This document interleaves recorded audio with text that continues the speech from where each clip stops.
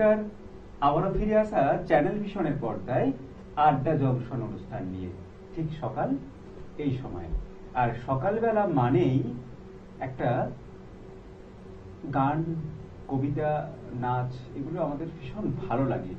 আর এই অনুষ্ঠান প্রতিদিন আপনারা দেখেন চ্যানেল ভিশনের পর্দায় শামসের মল্লিকের পরিচালনায়। ঠিক আজও রয়েছি আমি আপনাদের বন্ধু বাপ্পা, আর আমার সাথে রয়েছে আমার আরো এক সঞ্চালিকা। নমস্কার, আমি ঈশা হালদার। আমরা রয়েছি আজকের অনুষ্ঠানে। ঈশা, আমরা আজ কাকে পেয়েছি একটু? আজ আমরা পেয়েছি আমাদের একজন শিল্পী বন্ধুকে। আপনার নামটা কি? নমস্কার, আমার নাম তারকনাথ কুণ্ডু। আচ্ছা আচ্ছা, আপনি কোথা থেকে আসছেন? আমি পশ্চিম মেদিনীপুর জেলার গড়বেতা ব্লকের একদম প্রত্যন্ত একটা গ্রাম, যে গ্রামে সেই রাঙামাটির ছোঁয়া, যে গ্রামে পলাশের ছোঁয়া, যে গ্রামে রয়েছে সেই মাটির গন্ধ, যে গ্রামে ধান ক্ষেত, গ্রাম দলদলি থেকে। মানে বলা যায় গ্রাম থেকেই সমস্ত কিছু শুরু। একদম একদম। তা আপনার কি কি করা হয়? আমি পেন্টিং নিয়ে পড়াশোনা করেছি আর্ট কলেজ থেকে, এবং সেই সাথে সাথে আবৃত্তি, নাচ, মূকাভিনয়, মানে সংস্কৃতি জগতের যে বিষয়গুলো রয়েছে সেগুলোকে খুব ভালোবাসি। মানে সংস্কৃতি জগতের সাথেই আপনি জড়িত, তাই তো? শিল্প সংস্কৃতি, এটা হচ্ছে আমার অক্সিজেন। বাহ, মানে এখান থেকেই বেঁচে থাকার একটা ওষুধ পাওয়া যায়, জীবনে এগিয়ে যাওয়ার ওষুধ পাওয়া যায়, এবং খুবই ভালো, আরো বেশি দিন কাজ করার একটা ভালো লাগা। তো আমরা শুনে নিই আপনার একটা কবিতা। হ্যাঁ, আবৃত্তি করার আগে বলি আজকের যে জন্যে অনুষ্ঠানে আসা, তো প্রথমত মানে চ্যানেল ভিশনের প্রতি একটা আন্তরিকতা, ভালোবাসা। এর আগেও এসেছি, দ্বিতীয়বার আসা হলো। তো আসতে ইচ্ছে করে, কিন্তু সময়ের নিরিখে আমরা তো সেই সময় স্রোতে বাঁধা, কোথাও কোথাও আমাদের একটু থামতে হয়। হয়তো ভালো কিছু স্বাদ পেতে গেলে আমাদের একটু দূরত্ব জার্নিটা একটু বেড়েই যায়। তো সেই মিষ্টি স্বাদ নিয়ে আজকে আসা একটা ভালোবাসা, আন্তরিকতার প্রতি। তাছাড়াও আজকে আমি যখন আসছি, আমার যিনি গুরু, আজকে আঁকার জগতে যে সকল মানুষগুলোর জন্য পরিচিতি লাভ করেছি, প্রথমত বলি যে মাননীয় স্পিড পেন্টার ন্যাশনাল অ্যাওয়ার্ড পাওয়া মাননীয় রবীন বর, যিনি আমার জীবনে না আসলে ওই প্রত্যন্ত গ্রামের কুয়াশা চাদরে যেমন একটা ধোঁয়াশা ঢেকে যায় না, সেরকমই ছিল জীবনটা। মানে আলোর পরশটা কেউ দিত না। হ্যাঁ, আলোর পরশ, সেই কুয়াশা চাদর সরিয়ে আলো মাখা যে পরশ, গায়ে রোদের যে ছোটা, সেটা উনি দেখিয়েছেন। এবং মা বাবা তো রয়েছে সাথে সব সময়, এবং সেই সাথে সাথে আমার আর্ট কলেজের অনুপ্রেরণা, আপনাকে পথ দেখিয়েছেন, উনি আর কি আপনার ইন্সপিরেশন। একদম একদম একদম। মানে তারক বলেছিলাম, কিন্তু একটা পরিচিতির যে নামের পরিচিতি বা নামের কাজের সাথে নামের পরিচিতি, মানে ওই স্যারের হাত ধরি আর কি সবটা। আপনি তাহলে কি শোনাবেন আজকে?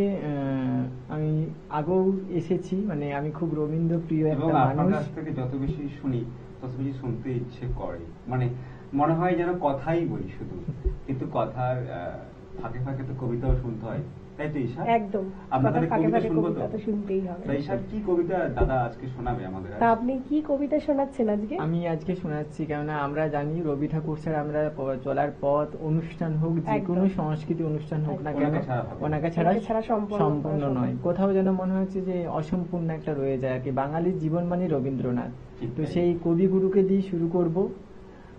কবিগুরুর সেই একটা সুন্দর কবিতা, যেখানে একটা ভালোবাসার আবেগ জোড়ানো একটা কবিতা। কবিগুরুর আমি যে কবিতা, সেই আমি কবিতা দিয়ে আজকের আমির পরিচয় শুরু করব। চলুন শুনে নিন।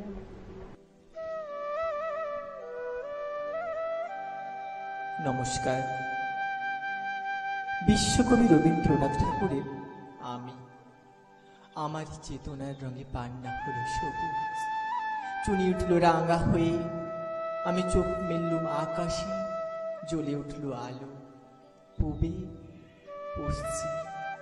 গোলাপের দিকে চেয়ে বললুম, সুন্দর সুন্দর হলো সে। তুমি বলবে যে তত্ত্ব কথা, এ কবির বাণী নয়।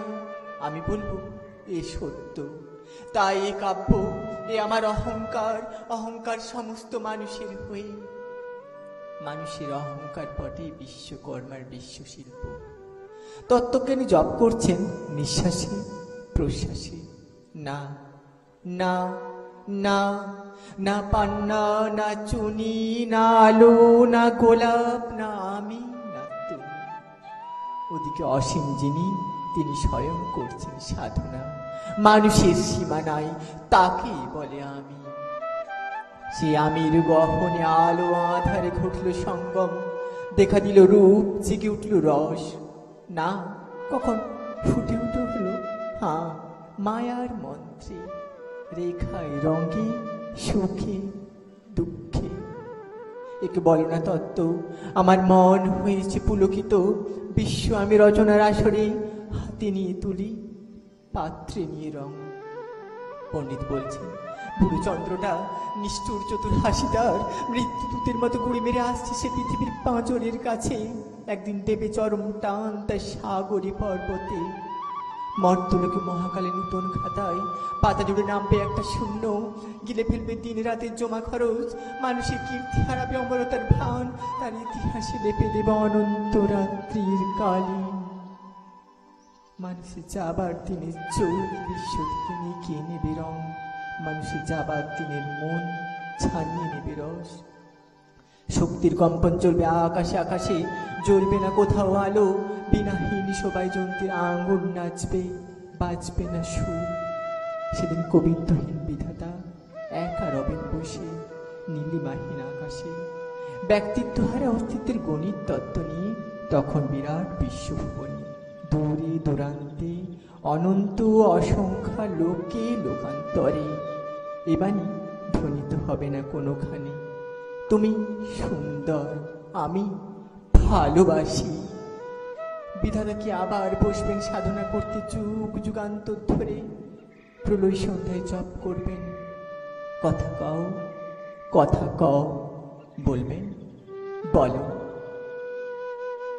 বলবেন বলো তুমি সুন্দর, বলবেন বলো আমি ভালোবাসি। নমস্কার। ওনার কথার মধ্যে, ওনার কবিতার মধ্যে একটা কথা বা একটা লাইন যেটা শুনে আমার বেশি ভালো লাগলো, এবং যে লাইনটা আমরা বিদ্রোহী কবি কাজী নজরুল ইসলাম, প্রেমের কবি কাজী নজরুল ইসলাম তার লাইনে পড়েছি, তার লেখার লাইন পড়েছি ওনার সেই কথাটা, তুমি সুন্দর তাই চেয়ে থাকি প্রিয়, সে কি মোর অপরাধ। আসলে এই কবিতার লাইন, গানের লাইন, এগুলো সত্যি আমাদেরকে একটা অন্যরকম নস্টালজিয়া, অন্যরকম একটা ভালো লাগার সৃষ্টি করে।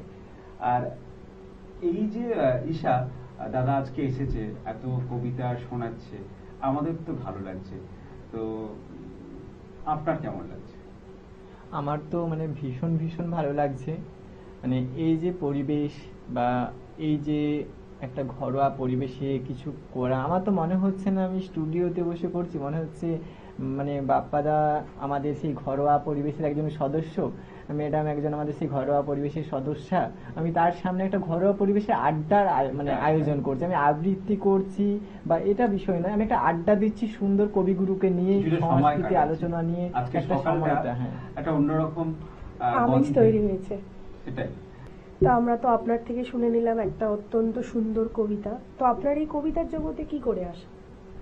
আবৃত্তি জগতে আসা বলতে ওই ছোটবেলায় গ্রামের যে স্টেজ বা মঞ্চগুলো হতো না, দেখতাম যে আবৃত্তি কেউ করছে, তো সেখান থেকে একটা চিন্তা ভাবনা যে আমিও যদি পরবর্তী সময় করতে পারি, তো সেই ভাবনা চিন্তা থেকে আর মানে কি এই স্বপ্নের জগতে, মধ্যে নিজেকে ওই এটা জায়গায় কিন্তু একটা রাখতে দারুণ অনুপ্রেরণা।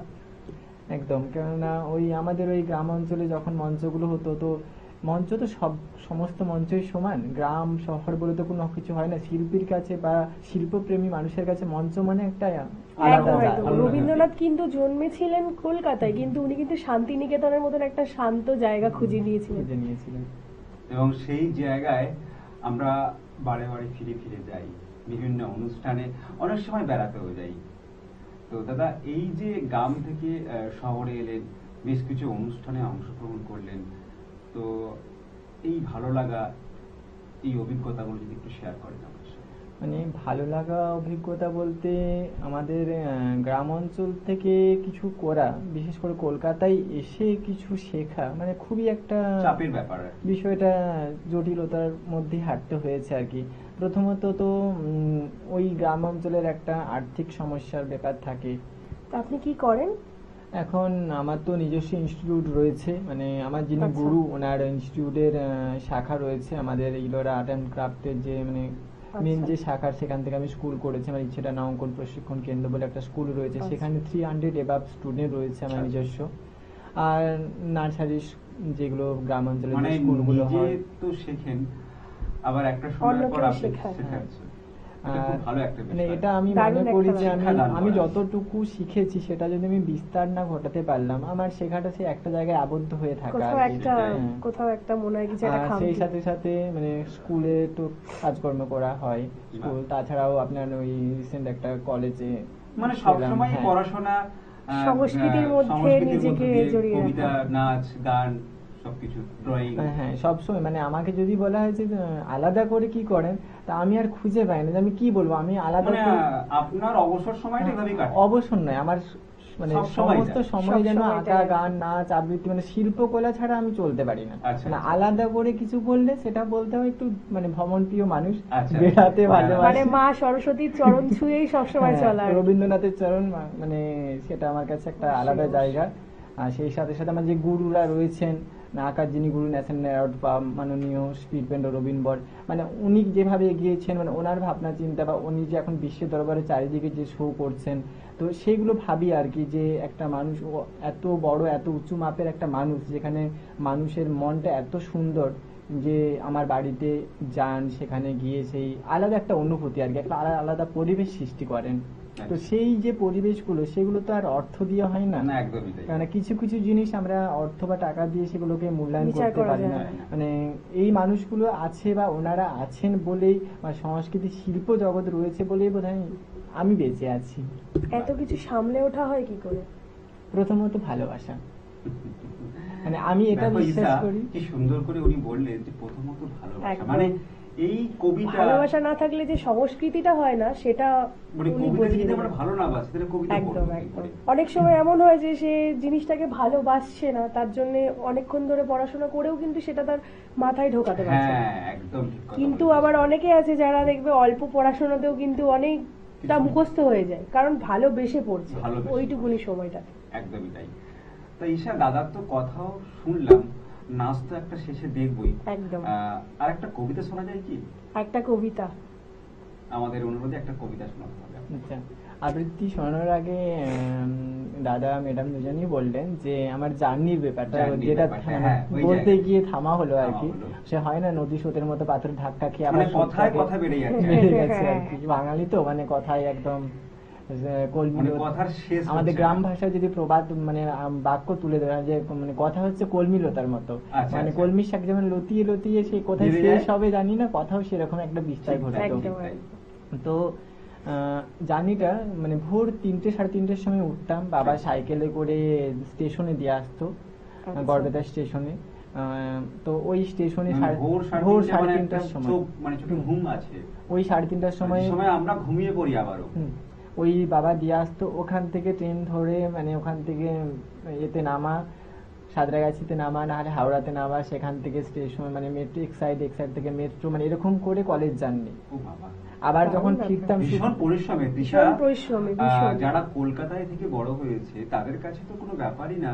না, কলেজে সবকিছু যাওয়া। হাতের কিন্তু কাছে। গ্রাম থেকে উঠে আসা মানে ভীষণ আর একটা বড় প্রথম ব্যাপার। ধাপে যখন পেলাম যে আর্ট কলেজে পড়বো, বা তখন একটা মনে হতো যে আর্ট কলেজ মানে তো একটা শিল্প জগৎ, প্রচুর টাকা পয়সার একটা বিষয় থাকে আর কি, সেটাই। কারণ জিনিসপত্র কেনাকাটা সমস্ত কিছু। তো আজকে মানে ওই কলেজের প্রিন্সিপাল যিনি ছিলেন, মানে ভিজুয়াল আর্ট কলেজের, মানে ম্যাডাম আমাকে খুব সাহায্য করেছেন অনেক দিক থেকেই। তো তাছাড়াও বিষয়টা হচ্ছে থেমে যায়নি, মানে আমার এটা লক্ষ্য ছিল যে ইচ্ছে শক্তি যদি থাকে, মানে কোনো কিছু বাধা সেটাকে আটকাতে পারবে না। আটকাতে খুব পারবে না, সুন্দর সব বলেছেন। বাধা অতিক্রম করে আমরা এগিয়ে যাব। ঈশা, ওনার কথার মধ্যে একটা রবি ঠাকুরের ভাব রয়েছে কিন্তু। আর এবং যারা আজকে দর্শক বন্ধুরা প্রোগ্রাম দেখছে তারাও কিন্তু অনুপ্রাণিত হবে যে অনেক ইচ্ছা অনুপ্রাণিত থাকলে হবে। সমস্ত কিছু করা যায়, সেটা উনি তার উদাহরণ। একদম। মানে আর আর্ট কলেজের ব্যাপারটা আপনার ভাবনা চিন্তাতে কি করে আসলো? মানে এরকম ভাবনা চিন্তায় আসলো, প্রথমত আমি একটু অন্যভাবে পরিচিতি হতে চেয়েছিলাম। আচ্ছা। আজকের দিনে দাঁড়িয়ে দেখবেন মানে সব জায়গায় পড়াশোনা তো সবাই করে, হুম। আর এটাও একটা পড়াশোনার ধাপ। কেউ যদি অনেকে আমাকে প্রশ্ন করতো যে আচ্ছা আঁকা নিয়ে পড়ছো, তো পড়াশোনাটা কি নিয়ে করছো, তাদের আমি বলবো এটাও একটা পড়াশোনার অঙ্গ। বা অনেকে ভাবে যে আমার ছেলে মেয়ে পড়াশোনা শিখছে, তারা চাকরি পাবে, গান কবিতা নাচ আঁকা শিখতে হবে, তো আমার মা কিছু লাভ নেই, অনেকে এটাই মনে মনে করে। করে, কিন্তু আমার- অনেকেও মনে করে না বলেই আজকে আমাদের হ্যাঁ, শিল্প একদম, সংস্কৃতি একদম। এগিয়ে গেছে এতদূর। আমার মা বাবা বা বিভিন্ন শিক্ষাগুরুরা আমাকে মানে একটা জিনিস আমি ওনাদের কাছ থেকে শিখেছি, যে পড়াশোনা করে চাকরি না হোক, অন্তত মানুষের মতো মানুষ হয়ে একদম ওঠো। তাই, যেটা তো হওয়াটা আর প্রয়োজন যেটার আজকের জন্য দিনে। শিল্প সংস্কৃতি একটা মানুষ গড়ার জন্য অন্যতম পরিকাঠামো আমার মনে হয়। ঠিক তাই। বর্তমানে আজকে দাঁড়িয়ে একটা বাচ্চা প্রথমত ফোনের দিক দিয়ে ঝোঁক বাড়ে। তো আমরা যদি লক্ষ্য করে দেখি, বাচ্চাটা তো ফোন নিয়ে জন্মগ্রহণ করেনি, না না না, তাকে দেওয়া একদমই হয়েছে, নয়। আমাদের সুবিধার্থে তার হাতে তুলে দেওয়া হয়েছে। কিন্তু আমরা আমাদের সুবিধার্থে যদি আমরা রং তুলি, কোনো একটা খেলনার জিনিস, মানে এই জিনিসগুলো তুলে দিই, তবলা তুলে দিই, হারমোনিয়াম তুলে দিই, কবিতার খাতা তুলে দিই, বা ছড়ার বই তুলে দিই, ছোটবেলা থেকে শুরু হোক না, এক ধাপ করে এগিয়ে দেওয়া। তাকে যেটা শেখাবো সেটাই শিখবে। ছোটবেলা থেকে আসলে বলে না যে গাছের গোড়াটা আগে শক্ত করতে হয়, তো ছোটবেলা থেকেই যদি তাদের বাবা মারা একটু এদিকটা নজর দেন, তাহলে ছেলে মেয়ের একদমই হয়তো তাই। ফোনটা অতটা প্রথমত অ্যাডিক্টেড হবে না। আমি যাই করি না কেন, আজকে যে এখানেও এসেছি, মানে আমি এটা ভেবে এসেছি আমি জায়গাটাকে ভালোবাসি, আমি সেখানে কি করব, কত ভালো অনুষ্ঠান করব, আমার অনুষ্ঠানে ভুল কি হবে, আমি এত কিছু ভাবি না। আচ্ছা, বিষয়টা আপনার হচ্ছে- কিছু আঁকার কথা যখন উঠলো, আঁকা কিছু ছবিও আমরা দেখবো, আচ্ছা, যেগুলো আপনি সংগ্রহ করে আনতে পারেননি, কিন্তু অন স্ক্রিন আমরা আমি দেখে নেব। পাঠিয়ে আমরা দেব। একটু দেখে নিই।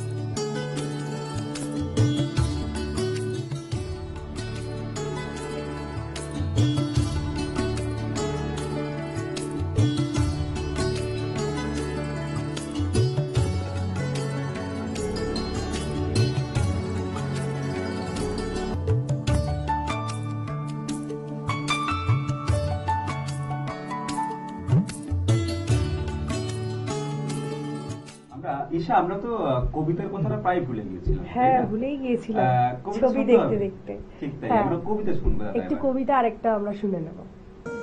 রবি ঠাকুর দিয়ে শুরু করলাম, তো একটু অন্য স্বাদের দিকে যায় আর কি।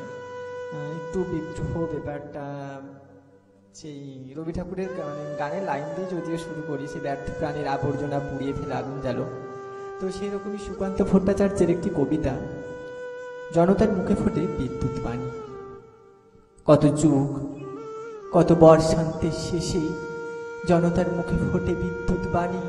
আকাশে মেঘের তাড়াহুড়ো, দিকে দিকে বজ্রের কানাকানি। সহসা ঘুমের তল্লাট ছেড়ে শান্তি পালালো আজ। দিন ও রাত্রি হলো অস্থির, কাজ আর শুধু কাজ। জনসিংহের ক্ষুব্ধ নখর হয়েছে তীক্ষ্ণ, হয়েছে প্রখর। উঠে তার গর্জন, প্রতিশোধ প্রতিশোধ প্রতিশোধ।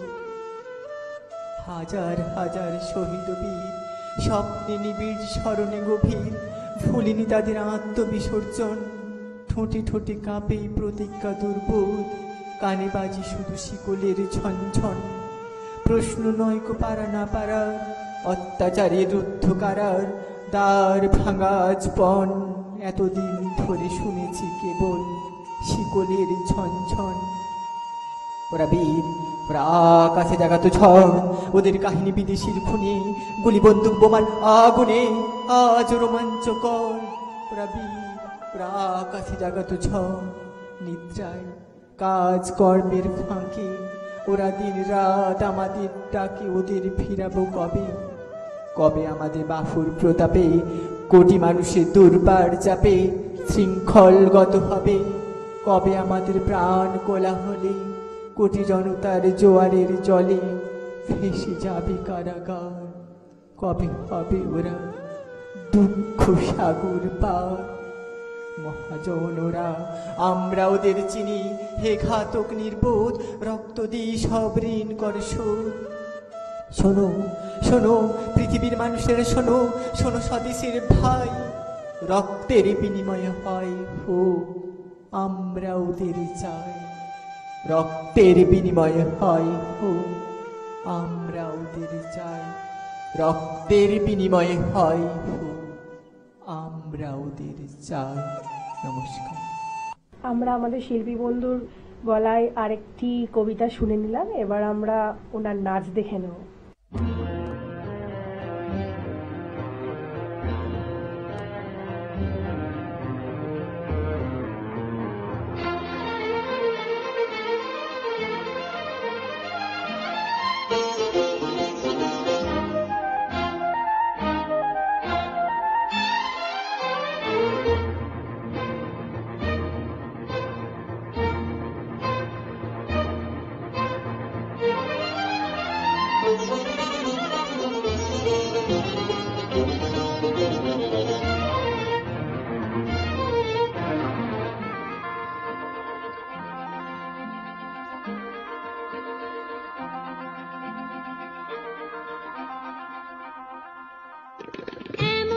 সঘন বরষায় তুমি কেন এলে না, না এলে না, এমন সঘন বরষায় তুমি কেন এলে না, না এলে না, এমন সঘন বরষায় তুমি কেন এলে না।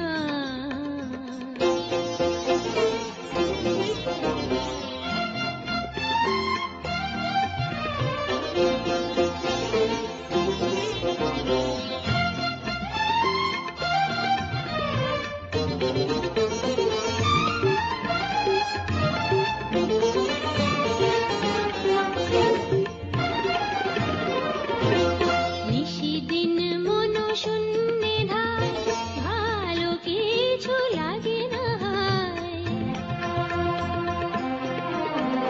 নিশিদিন মন শূন্যে ধায়, ভালো কিছু লাগে না। দর্শন বলো পাবো কোথায়, কেন এলে না, না এলে না, এমন সঘন বরষায় তুমি কেন এলে না। এমন সঘন গগন মগন ঘন বরষায় মন তরসায়, দাদুরি আকল গায়ে যে ময়ূর পেখম মেলেছে, দাদুরি আকল সুরেতে ব্যাকুল দেখা তবু কেন দিলে না, দিলে না, দিলে না, দিলে না।